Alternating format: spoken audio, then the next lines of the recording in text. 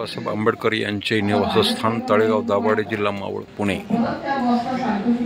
1948 doctor Babasaheb आंबेडकरांनी या ठिकाणी शिक्षण संकुल स्थापन करण्यासाठी 16,000ला एक बंगला विकत घेतला आणि इथे काही जमीन पण त्यांनी विकत घेतली आणि येथे शाळा महाविद्यालय